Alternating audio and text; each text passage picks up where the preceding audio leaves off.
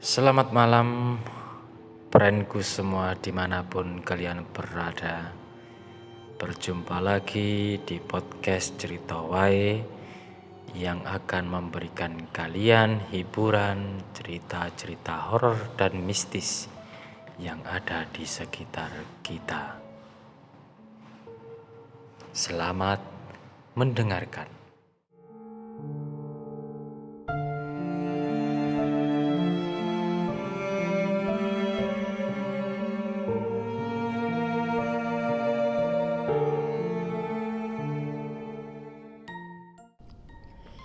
Yap, Probolinggo bukanlah kota yang besar. Namun tempat wisatanya lumayan bikin kita terkagum-kagum. Namun ada saja tempat wisata yang tidak dapat perhatian dari pemerintah, terutama masalah perawatan dan kebersihannya.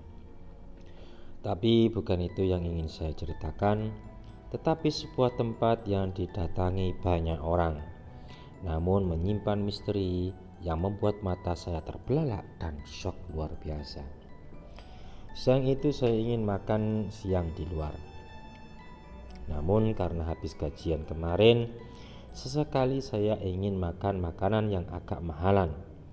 Berawal dari rekomendasi teman-teman kantor dan searching-searching di Google, mendaratlah saya di sebuah rumah makan yang cukup terkenal di Probolinggo. Dan kabarnya rumah makan ini pernah didatangi pejabat-pejabat tinggi dan artis-artis. Karena penasaran seperti apa rasanya dan kebetulan perut mulai keroncongan, langsung saja saya parkir motor saya dan masuklah saya ke dalam rumah makan tersebut. Memang yang dikatakan teman-teman saya benar adanya. Rumah makan ini benar-benar ramai sekali, sangat penuh. Semua kursi terisi penuh, sampai-sampai saya harus rela antri menunggu meja yang kosong. Tak ada salahnya juga merokok dulu di luar. Entah kenapa mata saya tertuju pada lukisan perempuan berpakaian seperti ratu kerajaan zaman dahulu. Kalian tahu lukisan perempuan siapa? Lukisan itu seperti menatap tajam. Sudahlah, saya juga bukan mau beli lukisan. Keluarlah saya di depan parkiran karena di dalam tidak diperkenankan untuk merokok. Tiba-tiba sang tukang parkir menyapa. "Antrinya lama mas, biasanya kalau jam segini. Lain kali kalau datang agak pagian," kata tukang parkir. "Saya juga baru kesini pak, katanya di sini makanannya enak banget ya pak, sampai rame begini," kataku. "Ya kalau nggak enak ya gak rame begini." Mas sudah tahu belum peraturan di rumah makan ini?" Sang tukang parkir mulai tengok kanan kiri. "Maaf belum tahu pak, saya kan juga baru kesini," kataku. "Di sini toiletnya ada 2, satu dekat kasir, satunya lagi dekat dapur mas. Mas saya ingatkan ya, jangan sampai masalah masuk toilet yang di dapur," katanya. "Memang kenapa? Itu toilet karyawannya pak." Tak sempat menjawab, sang tukang parkir sudah terpanggil oleh pekerjaannya dan meninggalkan saya begitu saja.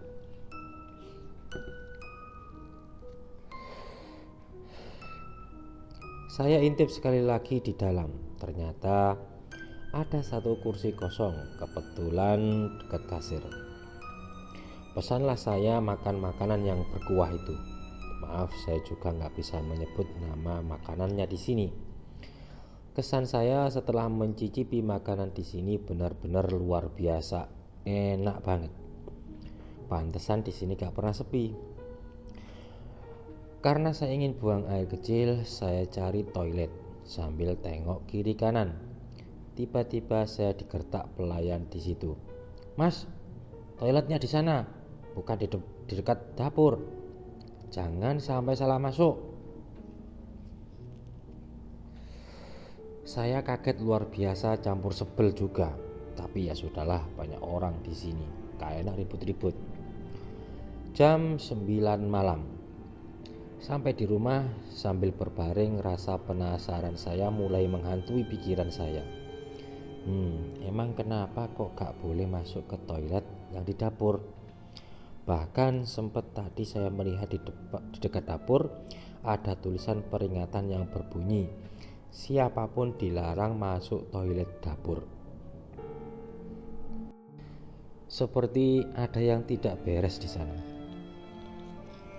Esoknya saya datangi rumah makan tersebut untuk kedua kalinya. Jam 11.15 siang. Sesampai di sana, sang tukang parkir mengingatkan kembali pada saya, "Awas mas, jangan sampai salah masuk toilet." Peringatan tersebut malah membuat saya semakin penasaran untuk memasukinya. Tak lama makanan saya datang. Saya mulai mencari waktu yang tepat untuk mengungkap isi toilet tersebut.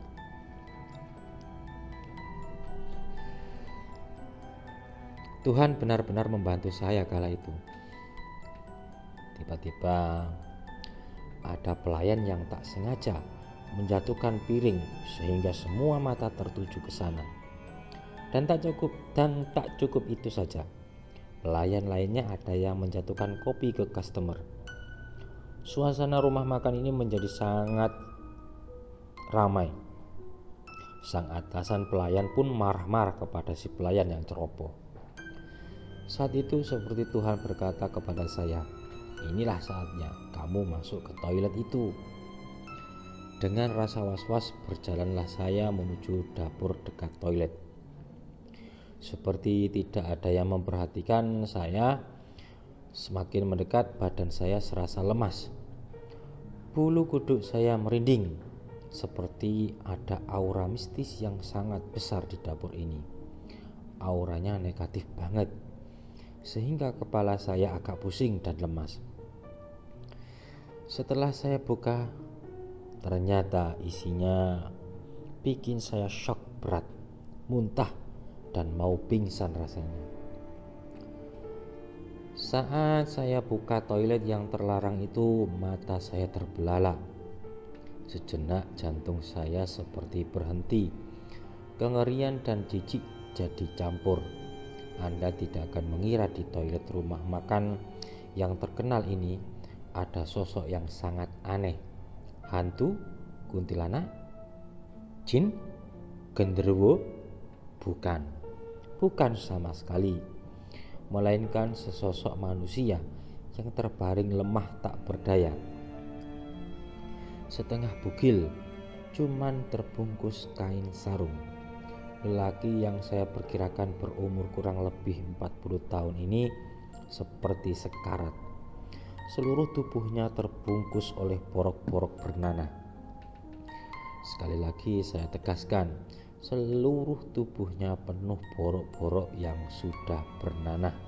Keadaannya sekarat, tak bisa bicara, seperti koma. Mulutnya komat kamit, badannya bergetar hebat, seperti tidak ada yang menolong di sini. Ada apa ini? Apa yang terjadi di sini? Belum sempat saya mendapatkan jawabannya, saya sudah ditarik oleh salah satu karyawan di sini dan memohon saya untuk benar-benar merahasiakan kejadian ini. "Mas, tolong sampean jangan bilang siapa-siapa tentang apa yang sampean lihat tadi. Kalau sampai ketahuan, kita semua mau kerja apa?" Saya tidak bisa berkata apa-apa waktu itu karena masih shock berat. Saya langsung lari ke depan, saya ingin pulang. Sesampainya di tempat parkir, saya langsung menarik sang juru parkir. "Pak, tolonglah, jujur dengan saya. Siapa itu orang yang sekarat penuh borok? Ada apa dengan rumah makan ini?" tanya saya kepadanya. "Loh, sampean lihat Thomas?" jawabnya. "Iya Pak, udah, tidak usah bohong sama saya. Saya sudah lihat pria sekarat yang ada di toilet," imbuh saya. Sang juru parkir terdiam sejenak. sambil celinguk kiri kanan takut ada yang mendengar. Ya itu Mas yang bikin rumah makan ini rame. Mas tahu orang yang sekarat di toilet itu? Ya itu pemiliknya Mas, jawabnya dengan terpatah-patah. Hah? Maksudnya gimana toh Pak? Lah terus kenapa Kak ditolong orang sekarat gitu? Tanya saya. Jadi pemiliknya bikin perjanjian dengan setan Mas, semacam pesugihan. Kalau orang Jawa bilang dia mau berkorban seperti itu, yang agar keluarganya dan bisnisnya lancar. Hah?